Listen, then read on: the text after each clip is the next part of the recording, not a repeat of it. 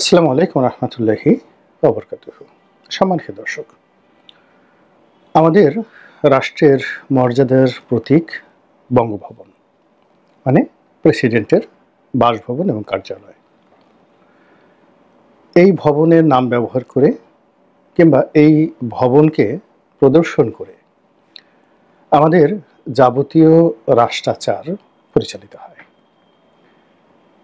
বর্তমানে যে সরকার ব্যবস্থা, পার্লামেন্টারি ফর্ম অফ গভর্নমেন্ট, সেখানে সরকারের সর্বময় কর্তৃত্ব এবং ক্ষমতা মূলত প্রধানমন্ত্রীর হাতে। প্রধানমন্ত্রী পার্লামেন্টের নিকট দায়বদ্ধ। তো পার্লামেন্ট সর্বময় ক্ষমতার অধিকারী এবং প্রধানমন্ত্রী পার্লামেন্টের কাছে জবাবদিহি করবেন। এর বাইরে সরকারের যে এক্সিকিউটিভ ডিপার্টমেন্ট রয়েছে, সেখানে পার্লামেন্টের বাইরে প্রধানমন্ত্রী এবং তার যারা মন্ত্রী পরিষদের যারা সদস্য, যেটাকে ক্যাবিনেট বলা হয়, তারা এই ক্যাবিনেটের সদস্যরা প্রধানমন্ত্রীর কাছে জবাবদিহি করবেন। আর পুরো বাংলাদেশের সিভিল অ্যাডমিনিস্ট্রেশন, মিলিটারি অ্যাডমিনিস্ট্রেশন সমস্ত কিছু মূলত প্রধানমন্ত্রীর পরামর্শ, হুকুম এবং পরিচালনায় চলবে। কিছু রাষ্ট্রীয় প্রতিষ্ঠান রয়েছে যেগুলো একেবারে স্বতন্ত্র, যেমন ধরুন অডিটর জেনারেলের office, auditor and accounts and auditor জেনারেলের অফিস, তারপরে দুর্নীতি দমন কমিশন, এরপর বিচার বিভাগ, বিশেষ করে সুপ্রিম কোর্ট, এরপর নির্বাচন কমিশন, তারপর মানবাধিকার কমিশন। এরকম কিছু প্রতিষ্ঠান রয়েছে যারা মূলত স্বাধীন, কিন্তু তারা একটা বাৎসরিক রিপোর্ট তৈরি করেন। সেই রিপোর্টটি তারা রাষ্ট্রপতির কাছে বছরে একবার হস্তান্তর করেন এবং সরকারের সঙ্গে এ সকল স্বাধীন কমিশনের যে একটা রিলেশন, সেই রিলেশনটা মূলত রাষ্ট্রপতির মাধ্যমে হয়। এখন বিচারপতিদেরকে যাকে বলা হয় অপসারণের জন্য যে সুপ্রিম জুডিশিয়াল কাউন্সিল রয়েছে, তো সেক্ষেত্রে রাষ্ট্রপতির অফিসকে ব্যবহার করা হয়। কাউকে চাকরিচ্যুত করার জন্য, কোনো আসামিকে খালাস দেওয়ার জন্য, পার্লামেন্টের অধিবেশন ডাকার জন্য, কিংবা পার্লামেন্ট যাকে বলা হয় বাতিল করার জন্য এখানে রাষ্ট্রপতিকে ব্যবহার করা হয় এবং সবই করা হয়ে থাকে নির্বাচিত প্রধানমন্ত্রীর পরামর্শে। তো সেই ক্ষেত্রে রাষ্ট্রপতির আসলে কার্যত কোনো এক্সিকিউটিভ ক্ষমতা নেই, কিন্তু রাষ্ট্রের প্রতিটি কর্মই তাকে কেন্দ্র করে পরিচালিত হয়। তিনি ভীষণ রকম ব্যস্ত। 3 বাহিনী প্রধান তার কাছে যাবেন, জাতীয় অনুষ্ঠানগুলো হবে তিনি সেটা করবেন। প্রধানমন্ত্রী বিদেশে যাবেন, এসে তার কাছে রিপোর্ট করবেন। যত রাষ্ট্রদূত আছেন বাংলাদেশে নিযুক্ত, তারা আসবেন, পরিচয়পত্র রাষ্ট্রপতির কাছে তারা দেবেন। তারপরে বাংলাদেশে যে কয়টি বিশ্ববিদ্যালয় রয়েছে সবগুলো প্রাইভেট এবং পাবলিক বিশ্ববিদ্যালয়ের যে চ্যান্সেলরের যে পদ, এটি রাষ্ট্রপতির। কাজেই ওই সকল বিশ্ববিদ্যালয়ের সমাবর্তন অনুষ্ঠান থেকে শুরু করে যত রকম আনুষ্ঠানিকতা, তাদের করপত্র প্রকাশ থেকে শুরু করে যা কিছু হবে, সেখানে রাষ্ট্রপতি প্রধান ব্যক্তি। তো কাজেই আপনি এই যে ঘটনাগুলো বললাম, আপনি যদি তাই ধরেন, তাহলে সকাল থেকে রাত্রি 12টা পর্যন্ত আসলে একজন রাষ্ট্রপতির ফুসরত নেই। তিনি কখনো দস্তখত করবেন, কখনো মেহমানদের সঙ্গে বৈঠক করবেন, কখনো অনুষ্ঠান করবেন, তারপরে কখনো বাইরে কোথাও যাবেন, সব মিলিয়ে একজন ব্যস্ত মানুষ। এবং এভাবেই আমাদের ওই বঙ্গভবন স্বাধীনতার পর থেকে আজ অবধি আলোকিত হয়ে আসছে। ওই বঙ্গভবনে নির্বাহী ক্ষমতা সম্পন্ন রাষ্ট্রপতি ছিলেন, অর্থাৎ যখন রাষ্ট্রপতি ব্যবস্থা ছিল তখন বঙ্গবন্ধুর জামানাতে ছিল, বাকশালের সময় ছিল, জিয়াউর রহমানের জামানাতে ছিল, এরশাদের জামানাতে ছিল, তখন রাষ্ট্রপতি শাসিত সরকার ছিল। তখন রাষ্ট্রপতি একই সঙ্গে রাষ্ট্রের প্রধান এবং সরকারের প্রধান। 91 থেকে যখন পার্লামেন্টারি ফর্ম অফ গভর্নমেন্ট হলো, তখন রাষ্ট্রপতির পদটি আনুষ্ঠানিক একটি পদে পরিণত হলো। কিন্তু আনুষ্ঠানিক পদ হওয়ার পরেও বিচারপতি শাহাবুদ্দিন সাহেব যখন রাষ্ট্রপতি ছিলেন, তিনি একজন ক্ষমতাহীন রাষ্ট্রপ্রধান হয়েও ওই পদটিকে যে মর্যাদার আসনে তিনি নিয়ে গেছিলেন, এ এক অনন্য উদাহরণ। তিনি ঠিক হুবহু প্রধানমন্ত্রী বা সরকারের যে ভাষণ পার্লামেন্টে দেওয়ার, ওটা তিনি পড়তে চাননি। তিনি সেটাকে পরিমার্জন করেছেন, তার মতো করে তৈরি করেছেন এবং সমস্ত রেকর্ড ব্রেক করে তার মতো করে সবকিছু করেছেন। আবার এখন এই যে জনাব শাহাবুদ্দিন চুপ্পু, আপনারা তাকে যত মন্দই বলেন না কেন, যা কিছু বলেন না কেন, বাংলাদেশের ইতিহাসে শাহাবুদ্দিন চুপ্পু এবং জেনারেল ওয়াকার, এই দুইজন মানুষ গত 10 মাসে যা কিছু করেছেন, যদি সেটাকে আপহোল্ড করতে চান আপনি গণতন্ত্রের জন্য, আপনি যদি কৃতজ্ঞ থাকতে চান, তারা যেভাবে এই জুলাই আগস্ট বিপ্লবকে সম্মানিত করেছেন, এই বিপ্লবের সঙ্গে তারা একাত্মতা অনুভব করেছেন, তাদের কষ্ট হয়েছে। এ কারণে জেনারেল ওয়াকার শেখ হাসিনা খুব ঘনিষ্ঠজন, আত্মীয়, আর জনাব চুপ্পু শেখ হাসিনার খুবই ঘনিষ্ঠ কর্মী। তো সেক্ষেত্রে ডক্টর মোহাম্মদ ইউনূসকে মেনে নেওয়া, এই জুলাই আগস্ট বিপ্লবের সরকারকে শপথ পাঠ করানো, মানে এগুলো না করে তিনি যদি পালিয়ে যেতে চাইতেন, পদত্যাগ করতে চাইতেন, তাহলে আরও বেশি জটিলতা তৈরি হতো। কিন্তু সেগুলো না করে তিনি গণ অভ্যুত্থানের সঙ্গে সম্পৃক্ত হয়েছেন এবং এমনকি এই যে ইউনূস সরকারকে কিভাবে শপথ পাঠ করাতে হবে, যখন সবাই খুব দিশাহারা, ওই সময় কারো ব্রেন কাজ করছিল না। এর কারণ হলো যে প্রচলিত সংবিধান অনুযায়ী, নিয়ম অনুযায়ী, কানুন অনুযায়ী আসলে এই অন্তর্বর্তীকালীন সরকার বলতে কিছু নেই, তত্ত্বাবধায়ক বলতে কিছু নেই এবং প্রধান উপদেষ্টা বলতে কিছু নেই।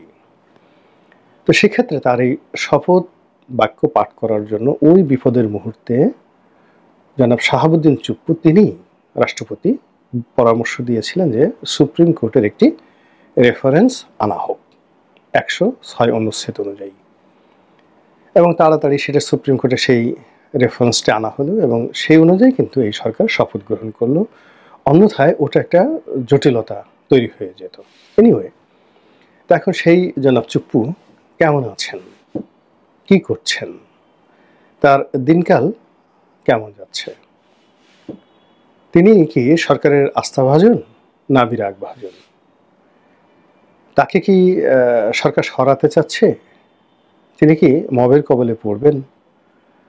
তারপরে জনগণ যে কোনো সময় বঙ্গভবন আক্রমণ করে সব কিছু তছনছ করে বঙ্গভবনকে গণভবনের ডুপ্লিকেট কার্বন কপি বানিয়ে ফেলবে, এইরকম যে আতঙ্ক, এই আতঙ্কে তাকে তাড়া করছে, নাকি তিনি নিশ্চিন্তে নির্ভাবনায় পায়ের উপর পা তুলে তিনি তার দৈনন্দিন যে কাজকর্ম সেটা করে যাচ্ছেন? জনাব চুপ্পুর যারা ঘনিষ্ঠজন, যাদের সঙ্গে তার নিয়মিত যোগাযোগ রয়েছে, তাদের কারো কারোর সঙ্গে আমার কথা হয়েছে। তাতে আমার যেটা মনে হয়েছে সেটা হলো যে এই মুহূর্তে বাংলাদেশের মধ্যে সবচেয়ে অসহায়, ভীত সন্ত্রস্ত এবং সবচাইতে আতঙ্কিত মানুষটির নাম হলো জনাব শাহাবুদ্দিন চুপ্পু। এবং রাষ্ট্রযন্ত্রে যত মানুষ রয়েছে এই মুহূর্তে সবচেয়ে কর্মহীন একজন মানুষ, যাকে রাষ্ট্রের কোনো কর্মে নিয়োজিত করা হচ্ছে না, অথচ রাষ্ট্র তার পেছনে সবচেয়ে বেশি অর্থ ব্যয় করছে। অর্থাৎ বঙ্গভবন রক্ষণাবেক্ষণ, সেখানে তার যে পিজিআর, প্রেসিডেন্ট গার্ড রেজিমেন্ট, সেটার বিপুল ব্যয়ভার, এবং বঙ্গভবনের যে বিশাল কর্মকর্তা কর্মচারী, তাদের যে বেতন ভাতা থেকে শুরু করে সব কিছু, এসব করতে গিয়ে এই মুহূর্তে সরকারকে যে অর্থ ব্যয় করতে হচ্ছে, রাষ্ট্রকে যে অর্থ ব্যয় করতে হচ্ছে, বিনিময়ে শাহাবুদ্দিন চুপ্পুকে কিছুই করতে হচ্ছে না। তিনি শুধু বসে আছেন, পেপার পত্রিকা হয়তো পড়ছেন, ইন্টারনেটে ভিডিও দেখছেন, আর মনের দুঃখ দূর করার জন্য জিকির আজকার হয়তো করছেন, বা প্রিয়জনের সঙ্গে কথাবার্তা বলে হতাশা দূর করার চেষ্টা করছেন, এর বেশি অন্য কিছু নয়। দ্বিতীয়ত, তিনি কি মুক্ত, তিনি কি স্বাধীন? অর্থাৎ তিনি কি ইচ্ছা করলে এখন আব্দুল হামিদের মতো বা সাবেক রাষ্ট্রপতিদের মতো সিঙ্গাপুরে শরীর পরীক্ষা করার জন্য যেতে পারেন? এবং আপনারা দেখেন গত কয়েক মাসে তার যে ছবিগুলি এসেছে তিনি ক্লান্ত, বিধ্বস্ত এবং রোগাক্রান্ত। তো সেক্ষেত্রে তার যে চিকিৎসা, সেই চিকিৎসার অবস্থা কি? দ্বিতীয়ত যে তিনি কি ইচ্ছে করলে বঙ্গভবনের বাইরে বের হয়ে কোনো সামাজিক অনুষ্ঠানে অংশগ্রহণ করতে পারেন? কারো বাসায় বেড়াতে যেতে পারেন?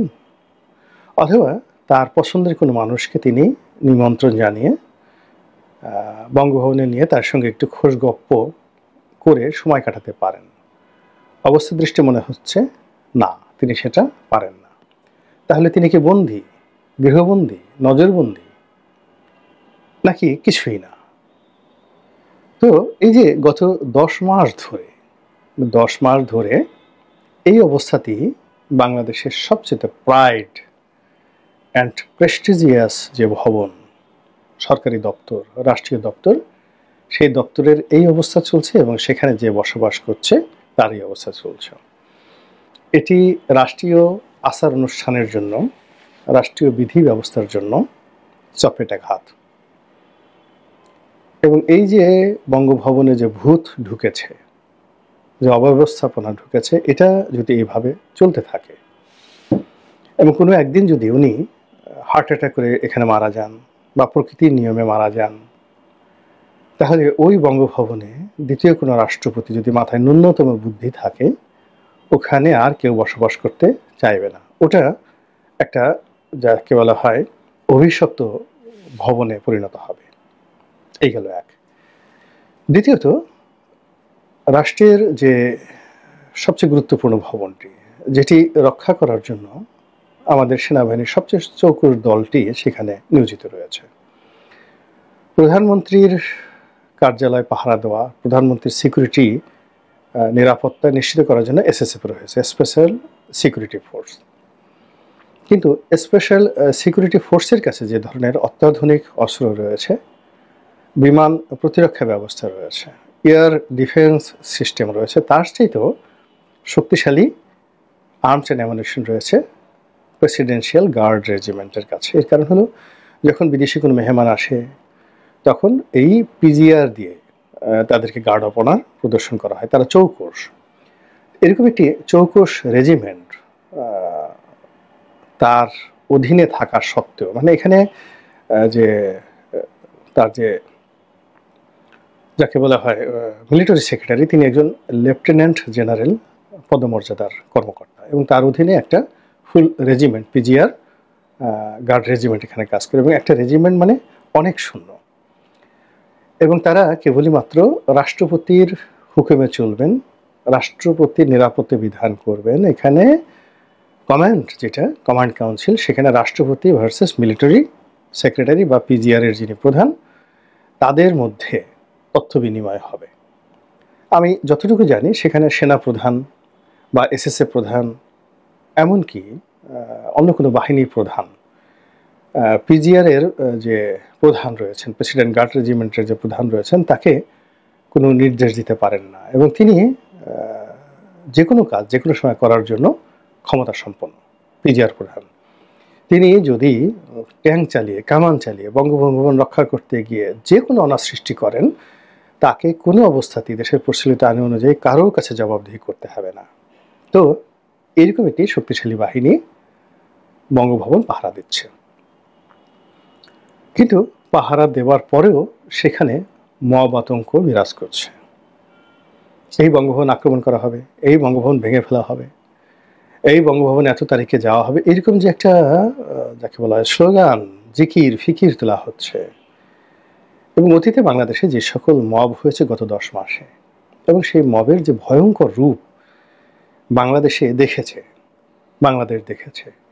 যেখানে ঢাকা ক্যান্টনমেন্ট উড়িয়ে দেওয়ার কথা বলা হচ্ছে, ক্যান্টনমেন্ট ঘেরাও করার কথা বলা হচ্ছে, ক্যান্টনমেন্টে ঢুকে যাওয়ার কথা বলা হচ্ছে।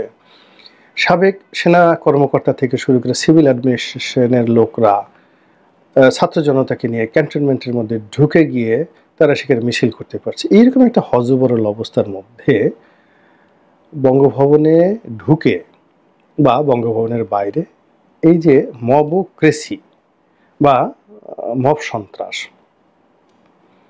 এটি যদি কেউ চালাতে চায় আর তার ভয়ে যদি কেউ তটস্থ থাকে, সন্ত্রস্ত থাকে, এটা কোনো অবস্থাতেই শোভনীয় নয়। যারা এখন ক্ষমতায় আছেন তারা এই বিষয়টির সুরাহা করা উচিত। এর কারণ হলো, তোমারে বধিবে যে গোকুলে বাড়িছে সে। অতীতে যারা ক্ষমতায় বসে অনেককে অপদস্থ করেছে, ক্ষমতার কেন্দ্রগুলোকে নষ্ট করেছে এবং ন্যায় বিচারের যে পদগুলো রয়েছে সেগুলো রুদ্ধ করেছে, তারা সবাই সেইভাবে ক্ষতিগ্রস্ত হয়েছে। আজ যারা হাসছেন, আগামীতে তাদের কাঁদতে হবে, এটাই নিয়তি। এবং এই যে গত বছর অর্থাৎ 2024 সনের আগস্ট মাসের 5 তারিখ পর্যন্ত যে কোর্ট কাছারি, যে অফিস আদালত যাদের আঙ্গুলি হেলনে চলতো, এখন সেই কোর্ট কাছারিতে তারা ভিক্ষুকের মতো ঘুরে বেড়াচ্ছে, কেউ তাদেরকে দেখেও জিজ্ঞাসা করছে না। এটাই নিয়তি, এটাই নিয়তির বিধান।